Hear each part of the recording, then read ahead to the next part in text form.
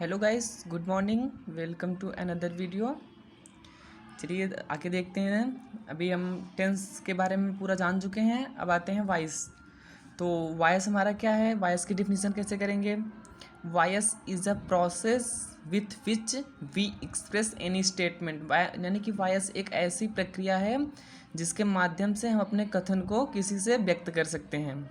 And it is fine two types. ये दो प्रकार के होते हैं, यानी कि वॉइस हमारा दो प्रकार का होता है। पहला है एक्टिव वॉइस एंड दूसरा है पैसिव वॉइस।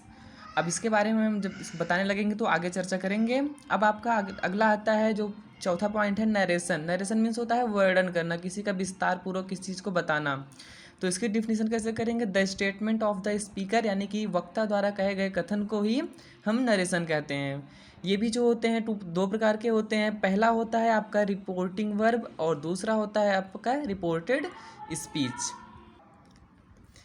अब आपका जो लास्ट पॉइंट आता है, यानी पांचवा पॉइंट जो मैंने स्टार्टिंग में वीडियो में बताया था, ट्रांसफॉर्मेशन, यानी कि ट्रांसफार्म करना, यानी कि एक से दूसरे में बदलना। तो इसका देख लीजिए डिफिनीसन क्या है। To change the grammatical form of any sentence without changing its meaning, यानी कि किसी भी सेंटेंस का ग्रामेटिकल फॉर्म चेंज हो जाए विदाउट चेंजिंग इट्स मीनिंग, बिना उसका मतलब बदले, उसे ही हम क्या कहेंगे, ट्रांसफॉर्मेशन। जब इसके बारे में हम बताने लगेंगे तो आपको विस्तार पूर्वक समझाएंगे। बस इसमें इतना ही। अब आप देखिए, आपको जो विस्तार पूर्वक बताने चल रहे हैं हम टेंस। तो टेंस मैंने बता दिया, टेंस की definition. Tense shows the time of an action and the degree of its completeness. अगर आपने वीडियो नहीं देखा है तो आप जाके देख लीजिएगा, लिंक मैं डिस्क्रिप्शन में दे दूंगा। तो टेंस आपका 12 प्रकार के होते हैं। टेंस जो है 3 प्रकार के होते हैं, present tense, past tense, future tense. Present tense के 4 और पास्ट टेंस के 4 और फ्यूचर टेंस के 4। यहाँ पर देखिए टेंस के नेम लिखे हैं एंड उसके हेल्पिंग वर्ब्स लिखे हैं। इंट्रोडक्शन यहाँ पर मैंने नहीं कर पाया तो मैं बाद में इस वीडियो में मैं बता दूंगा आपको। तो पहला आपका है प्रेजेंट इंडेफिनिट टेंस, जिसकी जो है हेल्पिंग वर्ब है डू या डज। प्रेजेंट कंटिन्यूअस टेंस, जिसकी हेल्पिंग वर्ब है is, am, are. Present perfect tense, जिसकी हेल्पिंग वर्ब है हैज़ या have. Present perfect continuous tense, जिसकी हेल्पिंग वर्ब है हैज़, हैव, उसके बाद been. Past indefinite tense, helping verb did. Past continuous tense was या were. Past perfect tense, जिसके helping verb है had. Past perfect continuous tense, helping verb है had been. Future indefinite tense, helping verb है shall या will. Future continuous tense, helping verb है shall या will, उसके बाद प्लस बी। और फ्यूचर परफेक्ट टेंस का है शैल या will plus have. Future perfect continuous tense का है शैल या विल प्लस हैव बीन। ये तो हो गए 12 टेंस और उनकी सहायक क्रिया। अभी इनके इंट्रोडक्शन हम आपको आगे चल के बताते हैं। जी दोस्तों, अब हम आपको टेंस बताने चल रहे हैं। टेंस के बारे में पूरी डिटेल में बताने चल रहे हैं। तो टेंस की डिफिनेशन जैसे आपको दिख रहे हो, मैंने 2-3 बार बोल चुका हूँ मैं। Tense shows the time of an action and the degree of its completeness. ये जो है आपको वैसे याद रखने की ज़रूरत है, मतलब मीन्स कहीं आप किसी को मौखिक पूछ सकते हैं या बता सकते हैं, वैसे कुछ खास इसकी आवश्यकता नहीं है। तो टेंस का पहला जो है प्रेजेंट टेंस। प्रेजेंट टेंस की मैंने डिफिनेशन पहले वीडियो में बता चुका हूँ। The time is going on is called present tense. जो समय जारी रहे, कंटिन्यू रहे, उसे ही हम प्रेजेंट टेंस कहते हैं। प्रेजेंट टेंस के 4 भेद होते हैं, जिसमें पहला आपका है प्रेजेंट इंडेफिनिट टेंस। तो इंडेफिनिट टेंस है तो इसकी डिफिनेशन जान लेते हैं। Such types of Hindi sentences are closed with ता है, ती है, ते हैं इज कॉल्ड प्रेजेंट टेंस। यानी कि जिस हिंदी वाक्य के अंत में ता है, ती है, ते है आता है उसे प्रेजेंट टेंस कहते हैं। ये प्रेजेंट इंडेफिनिट टेंस कहते हैं, ये आप लोग को पता होगा। अब बेसिकली इसके जो मोस्ट इंपॉर्टेंट थिंग्स है, इसका रूल है। अगर आपको रूल पता है तो आपको सब कुछ पता है, आपको सब कुछ आ जाएगा। तो रूल क्या है इसका। पहला रूल है जो अफर्मेटिव का है, सब्जेक्ट प्लस वर्ब, वर्ब में यस या ईएस ऐड करना है प्लस ऑब्जेक्ट। ये जो है फर्स्ट रूल है। रूल को ध्यान में रखते ही आप, अगर रूल आपको पता है तो आपको कोई भी सेंटेंस दिया जाएगा बना सकते हो। और ये जो है टेंस आपका मोस्ट इम्पॉर्टेंट है, क्योंकि ये नहीं आपको हाई स्कूल में आपको 5 या 10 नंबर का जो ट्रांसलेशन का आता है उसको दिलाता है, क्योंकि बिना टेंस के आपको ट्रांसलेशन नहीं आ सकता। तो इसमें पहला आपका जो मैंने एग्जांपल लिया है, मोहन अपनी कलम श्याम को देता है। तो देता है तो क्या है, लास्ट में ता है तो ये है प्रेजेंट इंडेफिनिट टेंस है, ये पहचान हो गई। और अफर्मेटिव है, कोई निगेटिव या इंट्रोगेटिव नहीं है, तो इसमें रूल नंबर फर्स्ट लगाएंगे हम। पहले सब्जेक्ट, तो सब्जेक्ट आपका मोहन है। उसके बाद क्या है, वर्ब। वर्ब क्या है, देना। देना का होता है गिव, तो मोहन गिव्स।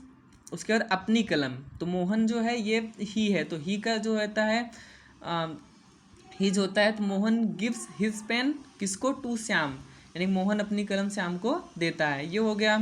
अगला देखिए, तुम राम को पत्र लिखते हो, तो तुम जो है सब्जेक्ट है आपका, तो यू हो गया। उसके बाद वर्ब आपको ढूंढना है, वर्ब क्या है, लिखना, राइट, यू राइट अ।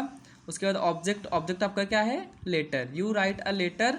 उसके बाद जो आपका दूसरा ऑब्जेक्ट है, टू राम, यानी कि you write a letter to Ram, ये आपका हो गया। देखिए आपको यहाँ पर चीज़ दिख रही, मैं दो एग्जांपल इसलिए लिया क्योंकि आपको मुझे ये दिखाना था कि कहाँ पर यस लगाना है वर्ब में, कहाँ पर नहीं लगाना है। जब आपका जो है सब्जेक्ट सिंगुलर नंबर हो तो आपको वर्ब में यस या यस ऐड करना है। जब आपका सब्जेक्ट प्लूरल नंबर हो तो अब आपको वर्ब में यस या यस लगाने की ज़रूरत नहीं है, एज इट इज़ लिख देना है, ठीक है।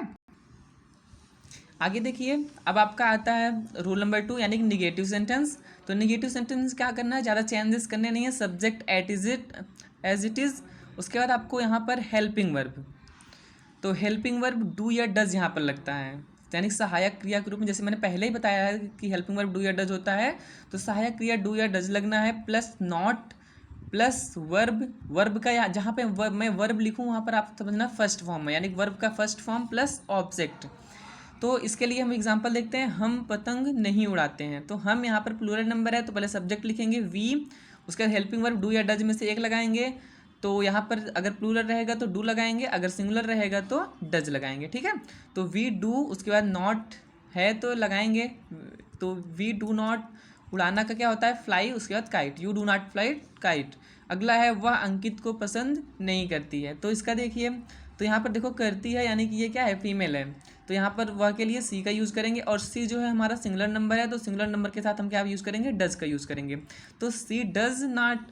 उसके बाद पसंद करना का होता है लाइक अंकित, या टू अंकित भी लिख सकते हो, ठीक है। ये आपका रूल नंबर 2 हो गया।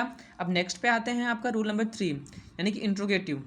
तो इंट्रोगेटिव में क्या करते हैं, इसमें स्टार्टिंग में आपका जो है यस, इसे यस आर नो टाइप्स कहते हैं, यानी कि इसमें हेल्पिंग वर्ब से स्टार्ट होता है, इसमें mostly sentences start with what, sorry क्या, यानी कि क्या से आपका सेंटेंस हमेशा इसमें स्टार्ट होता है। तो उसके लिए आपको पहले हेल्पिंग वर्ब लिखना है, हेल्पिंग वर्ब डू या डज लगाना है, प्लस सब्जेक्ट। उसके बाद अगर नॉट ये नेसेसरी है, तो अगर आपके सेंटेंस में नॉट नहीं है तो आप नॉट लगाएंगे, नहीं तो नहीं लगाएंगे, प्लस वर्ब का फर्स्ट फॉर्म प्लस ऑब्जेक्ट, ठीक है। उसके बाद क्वेश्चन मार्क, ये आपका इंपॉर्टेंट है, अगर क्वेश्चन मार्क नहीं लगाएंगे, आप सही करके भी आएंगे तो आपका वो गलत हो जाएगा। तो देखिए, क्या मोहन सोहन के घर जाता है, तो देखिए यहाँ पर मोस्टली किससे स्टार्ट हुआ है आपका, क्या से, तो क्या से स्टार्ट हुआ है तो क्या होगा, डज, क्योंकि रोहन है, तो रोहन के लिए आप क्या लगा, सिंगुलर है तो डज लिखोगे, क्योंकि डू या डज में से एक लगाना है, तो रोहन डज जाना, गो टू। देखो यहाँ पर एपस्ट्रॉफी का मैंने प्रयोग किया है, रोहन्स होम, यानी रोहन के घर, या आप इसको कह सकते हो होम ऑफ रोहन, ठीक है। इसको दोनों प्रकार से आप लिख सकते हो। आगे देखो, क्या तुम अंकित की कलम नहीं चुराते हो, तो ये भी देखो मोस्टली स्टार्ट किससे हुआ है, क्या से। तो अब देखो यहाँ पर तुम है, यानी प्लूरल नंबर है, तो यहाँ पर स्टार्ट किससे करोगे, डू से, तो do you not steal Ankit pen, यहाँ पर एपस्ट्रॉफी यस का प्रयोग किया गया है, इसको हम वो इन्वर्टेड कॉमा से करते हैं, ठीक है। अब आपका last not at the least rule number 4 है, यानी कि डबल इंट्रोगेटिव, जिसमें आपका इसमें आपको क्या, क्यों, कैसे, ये सब इंट्रोगेशन वर्ड मिलेंगे। तो इसको स्टार्ट कैसे करते हैं, उसी इंट्रोगेशन वर्ड को पहले लिखते हैं, उसके बाद as it is rule number 3 आप नोट कर लो, यानी कि interrogation word plus helping verb do या does plus subject plus not if necessary plus verb plus object plus question mark, most important. तो देखो, जैसे तुम उससे बात क्यों करते हो, तुम उससे बात क्यों करते हो, तो तुम यहाँ पर क्या है आपका प्लूरल नंबर है, तो प्लूरल नंबर के लिए इसको भी छोड़ो। अभी यहाँ पर देखो इसमें क्या है, क्यों, ये दैट इज इंट्रोगेशन वर्ड, ठीक है, ये आपका इंट्रोगेशन वर्ड है। तो इंट्रोगेशन वर्ड को हम पहले लिखेंगे, यहाँ पर थोड़ा मिस्टेक हो गया है, इसको इंट्रोगेशन बनाना चाहिए। तो इंट्रोगेशन वर्ड वाई, उसके बाद क्या, हेल्पिंग वर्ब डू या डज में से एक लगाना है, तो सब्जेक्ट आप अपना देखेंगे, तुम है तो तुम के लिए क्या लगाएंगे, डू, तो वाई डू। उसके बाद क्या लिखना है, सब्जेक्ट, सब्जेक्ट क्या है, यू, तो वाई डू यू बात करना, टॉक टू उससे, यानी कि हर। देखो यहाँ पर थोड़ा कन्फ्यूजन होगा, हर होगा कि हिम होगा, लेकिन आप देखो तुम उससे बात क्यों करते हो, तो करते हो, यहाँ पर अगर करती हो होता तो फिर यहाँ पर आपका हिम होता, क्योंकि करती हो तो लड़के से करेगा, ठीक है, तो यहाँ पर हर आप लिखोगे। आगे देखो, वे बाजार सब्जी लाने क्यों नहीं जाते हैं, तो क्यों दैट इज इंट्रोगेशन वर्ड, तो इसको आप मोस्टली पहले लिखोगे वाई, उसके बाद आप यहाँ पर हेल्पिंग वर्ब लिखाओगे, वो भी अकॉर्डिंग टू सब्जेक्ट, सब्जेक्ट आपका वे है तो वाई, उसके बाद हेल्पिंग वर्ब लगाओगे डू, तो वाई डू दे नॉट, क्योंकि नहीं इसमें है नॉट। उसके बाद लाना का होता है ब्रिंग वेजिटेबल्स, क्योंकि सब्जियां आप एक नहीं लाओगे, सब्जियां आप बहुत सारी लाओगे, जैसे आपको अगर आलू भी लाना है तो एक तो लाओगे नहीं, लाओगे कुछ संख्या में, तो उसके लिए वेजिटेबल्स यूज़ करो, कहाँ से, फ्रॉम मार्केट। ठीक है, ये आपका प्रेजेंट इंडेफिनिट टेंस फिनिश होता है। हाँ, तो अब देखिए आपका प्रेजेंट इंडेफिनिट टेंस फिनिश हो गया। अब आपको देखो यहाँ पर डू योर सेल्फ, ये आपको अपने से करना है। जैसे आपको मैंने 4 वाक्य दिए हैं, मोहन का भाई झूठ बोलता है, पहला है, दूसरा है मैं सुबह ताश खेलता हूँ, तीसरा है सोहन झूठ नहीं बोलता है, और चौथा है तुम क्या करते हो। इसको आप कमेंट भी कर सकते हो, इसको बना के, जो अभी स्टार्टिंग में टेंस पढ़ रहा है जिसको आता है वो तो बहुत अच्छी बात है, लेकिन जिसको नहीं आता, जो भी क्लास 9th में है 8th में है, वो इसको बना के, ये मेरा नंबर है, अगर वो चाहे तो मुझे व्हाट्सअप भी कर सकता है, या फिर वो कमेंट में भी भेज सकता है, मैं उसको बता दूंगा कि उसका सही है कि नहीं, इससे उसका क्या होगा कि रिवीजन भी हो जाएगा। सो इसमें बस इतना ही, नेक्स्ट टेंस मैं अगली वीडियो में बनाऊंगा। Okay, thank you.